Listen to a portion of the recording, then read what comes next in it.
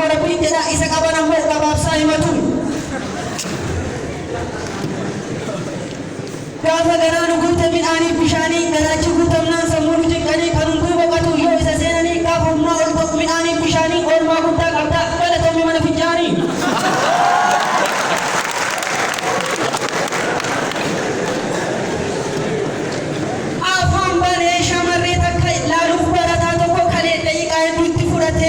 Osoo ammallee daqiiqaa muraasa itti dabalatee silaa baankiin daldala Itoophiyaa afaan isaa keessatti tameessaa banateem.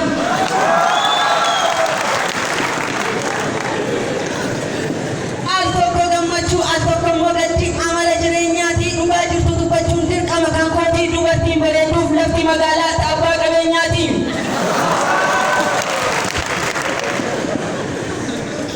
Oduu balballoomsuutti isin ceesisa. Durbatti hantuunni barattoota rakkisaa ture tokko to'annoo jala ooleem. Akka barataan tokko naaf himetti hantuutichi bastoo waraqaa darbees uffata akka jalaa nyaataa ture natti himee jira. Barattoonni hedduun hantuuta dheessanii teeknoo fi fayyatti baqachaa jiraachuu barataan kun natti himee jira. Xumura irratti barataan kun nuti barattoonni tullubbee hantuuta waliin marii biyyoolessaa taa'uun rakkoo keenya furaa jirra jedhama.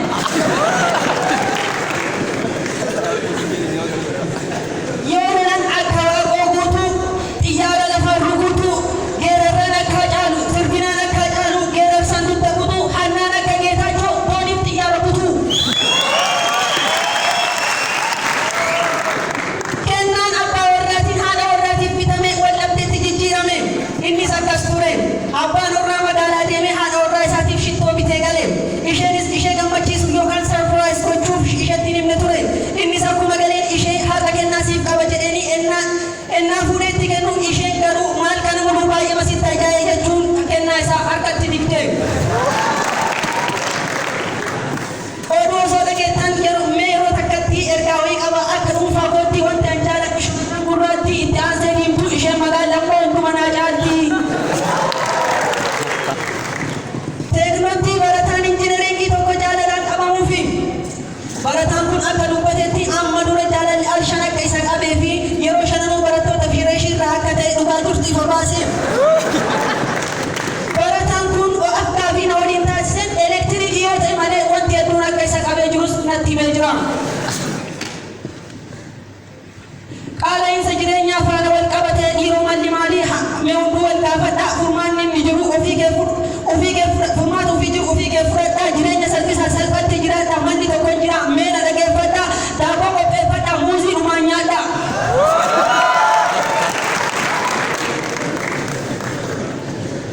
Seekreetii barataan tokko yeroo fi iddoo isaa ayyamamen alatti hiriyaa isaa ishee shamara waliin osoo jiru poolisootaan to'atame.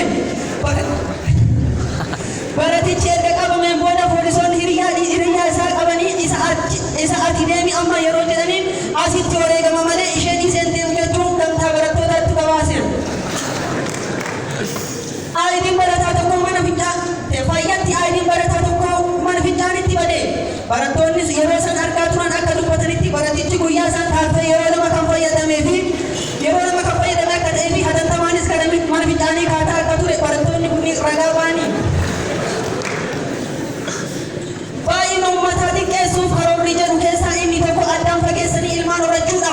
Innis haaluma kanaan isa tokko mattuutti, isa tokko immoo battalleetti, isa tokko immoo jimmatti addaan fageessee horachuuf qophiin uumuree jira. Namichi tokko hidhamee manidhaa keessatti osoo jiru hiriyyaan isaa isa gaafachuuf yeroo dhaqu gaafii maaliif hidhamte jedhu isa gaafate. Innis deebisee finyoo haada yookaan meetira sadii dheerattuun isuma hattanaan jedhanii naan jedhanii hiriyyaa isaa kun hangam sitti murteessarree kennaa waggaa 3 jedhanii maaliif finyoomaaf hangana sitti murteessuu gaafa jedhuun dhiisimee funyoo irra sangatu jira jedhanii. Jecha hayyoota yuunivarsiitii mattuu fireeshii fi durbarra waa nyaatu jecha jiisota. Laabirarii seenanii kooman koorsii naa kenni jechuu jecha fireeshota. Oduu ispoortiis qaba.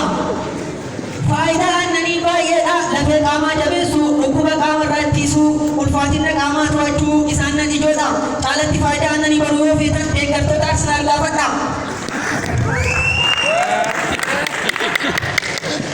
Namni tokko naannoo ta'e tokkotti fannisee of ajjeese.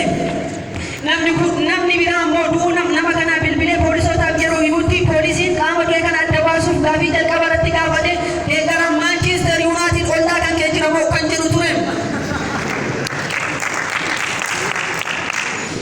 Osoo taphataan Ijipt Mohaammed Salaan Liiverpuul keessa jiru akkamitti lammiileen Itoophiyaa Liiverpuul akka deeggartan baay'isee na dhiba.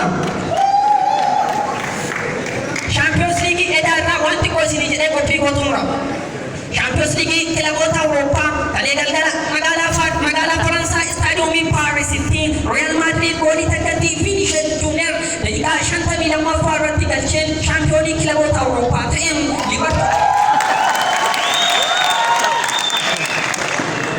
taphattoonni Liiverpuul olaantummaa taphaa boqonnaa duraa fi boodas fudhatanii taphachaa turan garuu milkaa'uu hin dandeenye.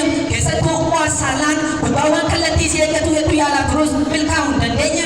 Kanaan alatti Saadiyoo Maaneen kubbaa halaarraa yeroo rukutu sibiilli goolii jalaa deemsaa turuun isaanii yaadatamaa.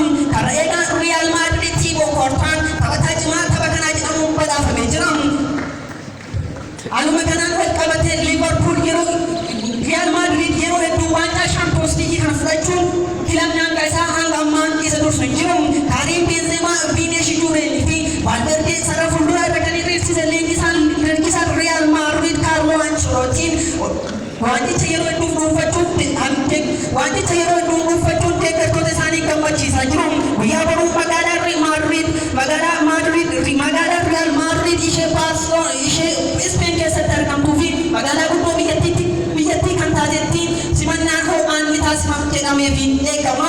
Kanumaafuu deeggartoonni Riyaal Maadrid baga gammaddan jecha deeggartoonni Liiverpuul akkuma deeggartoota Arsenaal aannanii fi bishaan fayyadamaa jecha qophii kootu muraa waan na dhageeffattaniif galatooma.